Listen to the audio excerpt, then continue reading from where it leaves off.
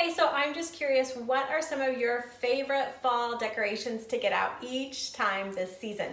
Hi, I'm Gina Walton with the Walton Home Team, just wanting to get some ideas of what you enjoy most about decorating your home for the Thanksgiving season. Well, for us, we love large pumpkins on the front porch with a hay bale and some extra mums and flowers that just bring in that fall feel and welcome to our front porch.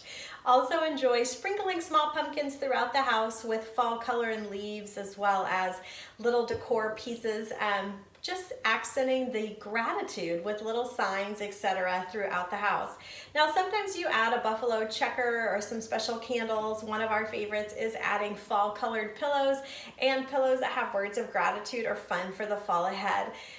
Something else that we add that's totally not decor, but a treat for us, is a small basket by the fireplace full of everything you need to make s'mores. What's your favorite fall item to add to your home? We look forward to learning together with you and experiencing a season of gratitude.